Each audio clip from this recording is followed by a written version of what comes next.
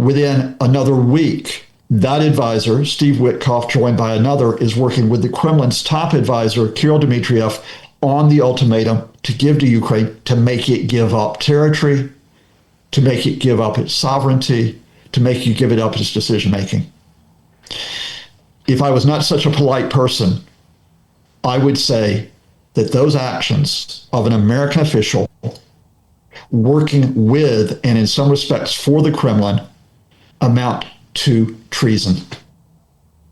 They amount to treason against countries that have been allied with America in Europe, and they amount to treason against Ukraine, and they amount to treason against, in a sense, the American system.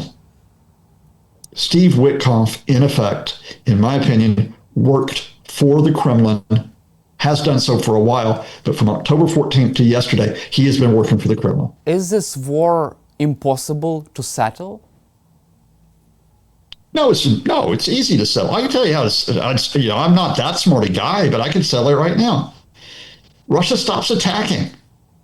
There you go. Look, no more attacks from the air that you have to endure in Lviv, and more often in Kyiv or in Zaporizhia. No more attacks on the ground, on the front line.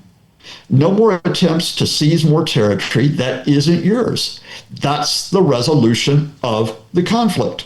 We can discuss other clauses. We can discuss security guarantees, both for Ukraine and for Russia. We can discuss Ukraine's status with the European Union and with NATO. We can discuss the provisions for long-term investment as Ukraine recovers. We can discuss all of that. But that gets discussed after you start this with a ceasefire. Easy, which is what the Europeans are proposing. So let me then advance that easy answer, which is, okay, let's take on the next question. Who is it who is not agreeing to a ceasefire? Is it the Americans? No, the Americans would like there to be a ceasefire. They see business opportunities, right? Is it the President Zelensky in Ukraine that's refusing a ceasefire? No, I think you'd be very happy. Sofia, Daniel, you'd be very happy if you had no more attacks from the air, no more attacks on the ground. Is it the Europeans who are stopping a ceasefire? No. And you know the answer to this. The first person you start with, in terms of an easy answer to stop this invasion, is Vladimir Putin.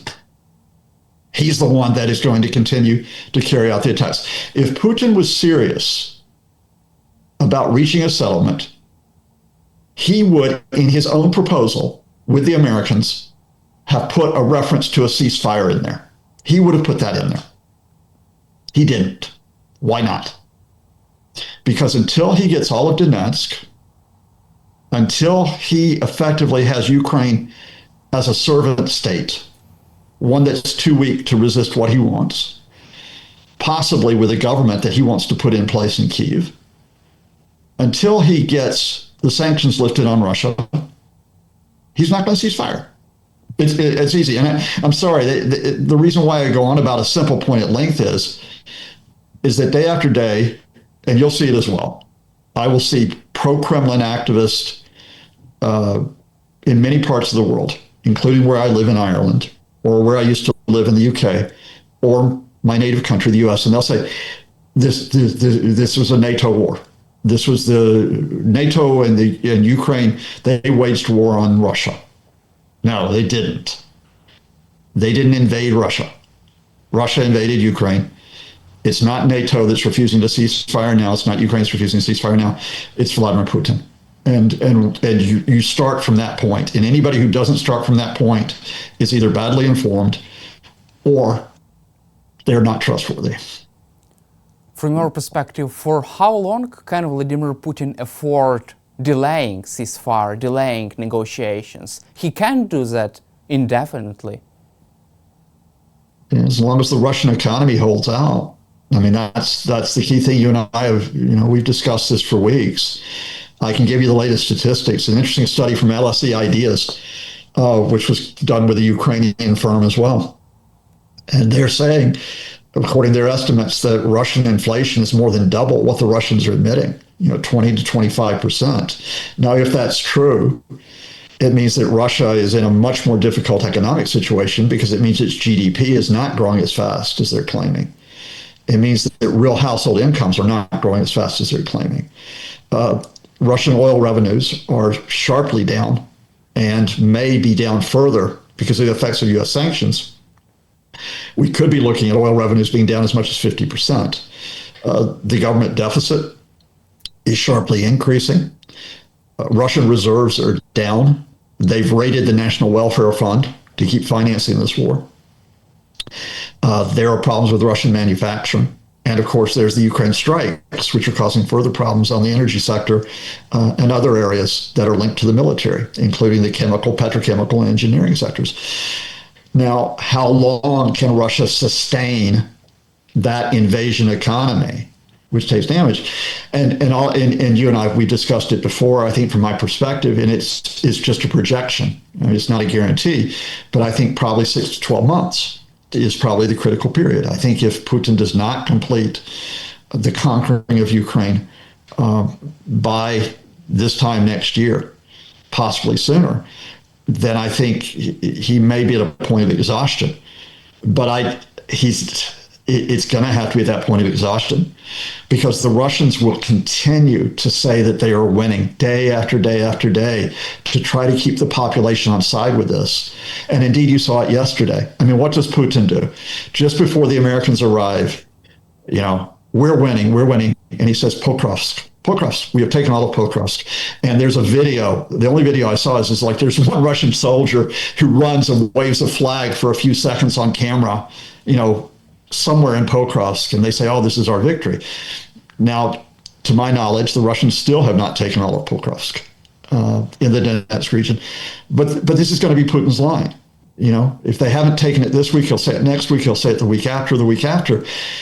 He'll keep saying we're winning until the point where they've lost. And I think I wish I could tell you there's an easy answer here, but I've said for almost 4 years, I've said this is a marathon, not a sprint. That for everybody who's talking about that we're close to a peace deal, in fact, with respect, I think the reality is different. Ukraine and Ukrainians are going to have to continue to sacrifice and to resist with all that bravery and resilience that they've shown so far. Europe's going to have to continue to provide the essential funds, not just military, but the financial funds that are needed to keep Ukraine's government going, to keep its public services going. Other countries are going to have to contribute as well. And the Canadians have made a contribution only today. They're going to have to keep doing this because you can't count on the Americans. You can't count on the Americans on a day-to-day basis, let alone 6 months from now. But I sincerely think that if the international community continues to believe in Ukrainians the way I believe in them, if they continue to believe in justice, if they continue to believe in sovereignty and in the right of people to live without fear of being attacked, then this marathon will be run. I was on a show last night, forgive me for going on at length, but I was on an Irish state broadcasting last night. And it was a three-way conversation, and Alexander Kara, who you may know, former high-level Ukrainian official, was there saying great things as he does. And then there was a Trump supporter named Carla Sands, a former ambassador, who just simply said, oh, President Trump is wonderful. He's great. He's going to get peace, and Russia's winning. And I just responded to her. I said, no. Russia had 18% of Ukraine 2 years ago. It has 19% of Ukraine, 1% more in 2 years, at the cost of more than 1.3 casualties. Ukraine is taking casualties as well. But guess what? Ukraine still has a government. It still has a nation. It still has a flag. It still has glory. And so there will not be a peace deal soon. There won't be still, but there will still be that glory of Ukraine standing in the face of everything that Russia has tried to do to break it. U.S. Presidential envoy Steve Witkoff reportedly held a phone call with Putin's top foreign policy advisor Yuri Ushakov, during which he offered advices on how to deal with U.S. President Donald Trump. From your perspective, was it appropriate for Witkoff to engage with Russian officials in this way? Sofia, you know the answer to that question. It was absolutely inappropriate for Steve Witkoff on the 14th of October to speak at length with Yuri Ushakov about the tactics to be used to get Donald Trump to force Ukraine to surrender.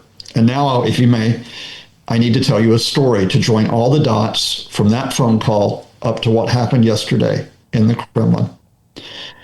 On the 14th of October, you may remember that the United States was announcing oil sanctions against Russia's two largest firms, Rosneft, Gazprom. Those include sanctions on their largest customers, China, India, Turkey. You may remember that we were talking about the possibility of Tomahawk missiles being given to Ukraine for strikes inside Russia. The Kremlin was very, very worried about this. Now, I'm not sure yet. I need to double check whether Ushakov called Witkoff or Witkoff called Ushakov. But what Witkoff says to Ushakov is, we need to get back in front of this. You need to have Vladimir Putin call Donald Trump and flatter him. Say nice things about Donald Trump. And that will get Trump back on your side. 2 days later, on October 16th, Vladimir Putin calls Donald Trump. He makes that call. The next day after that, on October 17th, Vladimir Zelensky is in the White House. He's there to talk about military affairs, including the Tomahawks. Trump says the U.S. will not give the Tomahawks to Ukraine.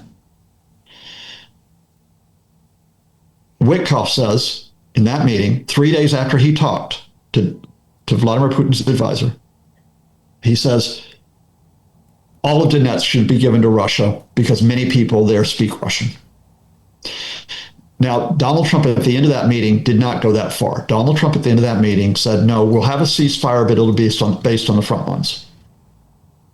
What do Witkoff and the Russians do next? The Russians send out Kirill Dmitriev to meet with Witkoff, and Jared Kushner's brought in. That's that meeting in Florida that I talked about earlier at the end of October that draws the 28-point plan. And you know the rest of the story that we described then, leading up to yesterday.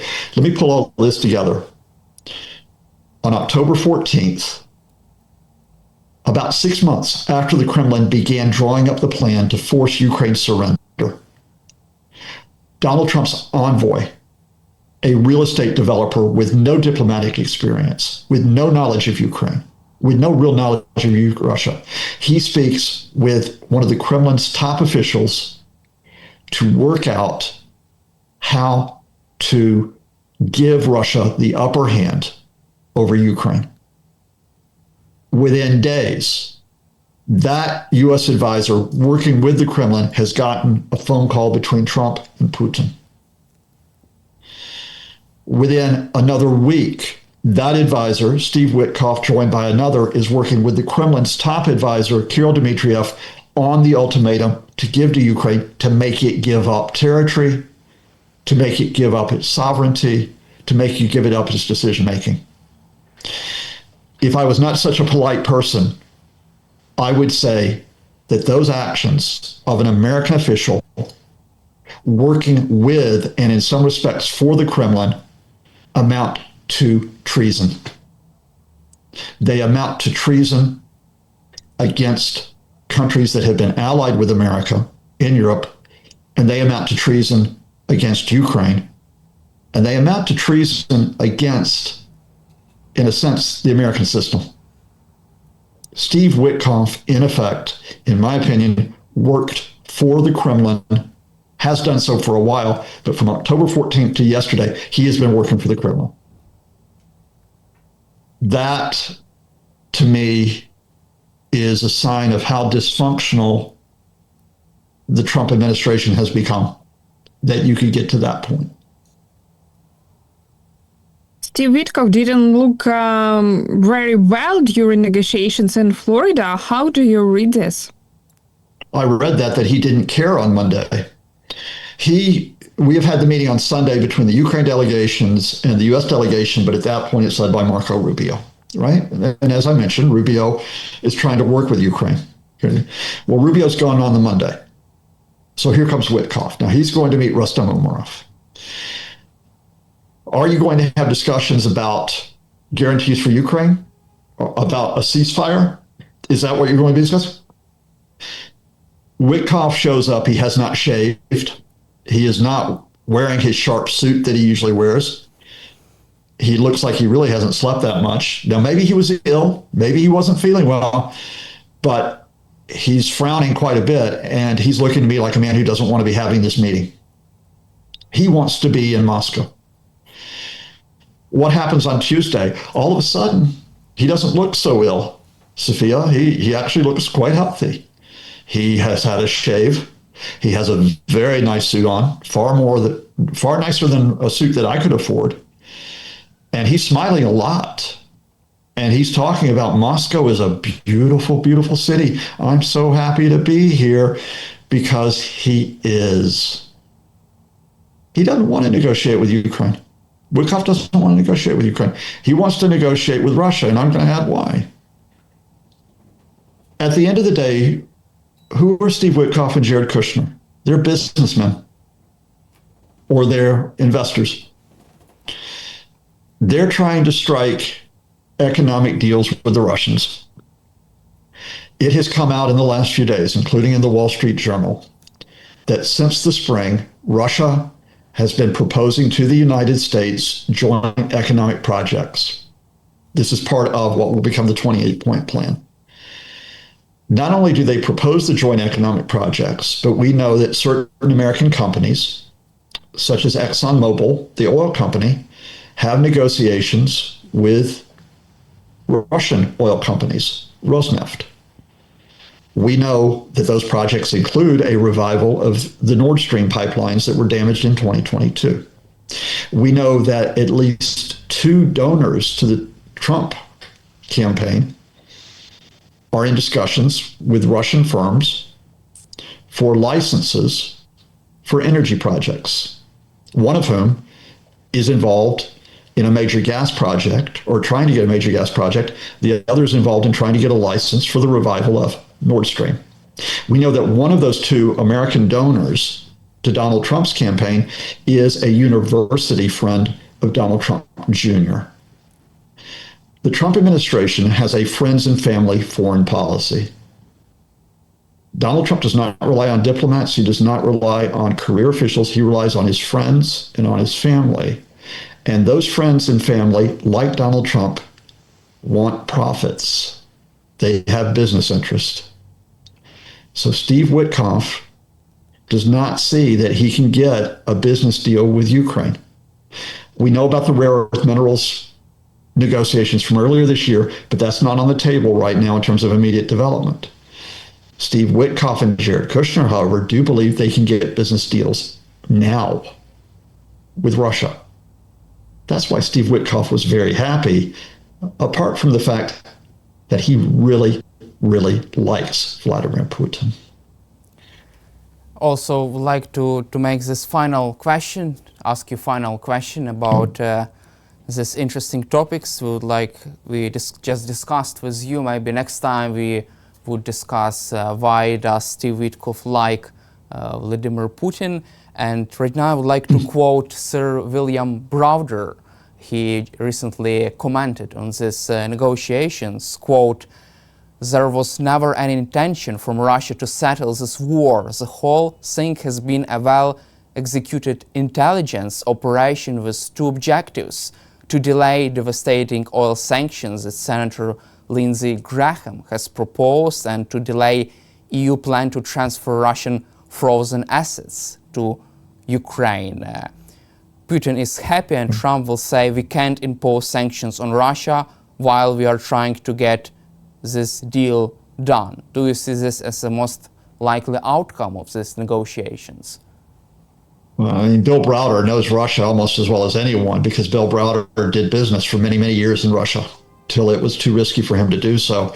I agree with him in the general sense that you have to think of this in terms of a Russian intelligence operation. And everybody knows Vladimir Putin is, former KGB, and many of his officials come out of the intelligence community. And this isn't, when I say intelligence operation, the Russians will have done their research into who they're dealing with. They will have intelligence about who Steve Witkoff is, about who Jared Kushner is, about who Donald Trump is.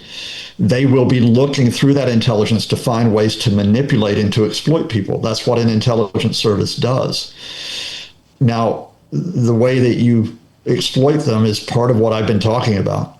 Why Witkoff is so easy to manipulate, and why Kushner can be manipulated. Where I would slightly have a slightly different perspective from Bill Browder is probably on the American scene, in that I don't think the issue here was the proposed 500% tariffs on Russia or its customers. That piece of legislation has been languishing in Congress for months. And despite Lindsey Graham periodically saying, oh, we're going to bring it to the floor, we're going to vote on it, he winds up not doing so. I think Putin's immediate concern were the sanctions that have been adopted. I mean, as we mentioned earlier, those sanctions on Russia's oil companies and on their customers are having a major hit in terms of Russia's oil revenues. So Russia would like to see those sanctions rolled back or lifted. And I think the second thing is that in regard to the frozen assets, I don't think that's the Russian issue here, because it's really a question of the Europeans, not the Americans, in terms of what happens to those frozen assets. I know that the 28-point proposal tries to take that away from the Europeans by saying, all right, the frozen assets will go into this reconstruction fund, which the U.S. will profit from. The issue with the frozen assets right now, to be honest with you, is whether the Europeans can get their act together and agree this reparations loan based on the frozen assets. And I think that's a far separate issue from the negotiations. So I agree generally with Bill Browder that the Russians are trying to manipulate the Americans here. But I think that the immediate priorities for Putin are to ease the existing sanctions and to bounce the Americans into making a public commitment, both in terms of no NATO membership for Ukraine and that all of Donetsk is legally recognized as Russian territory.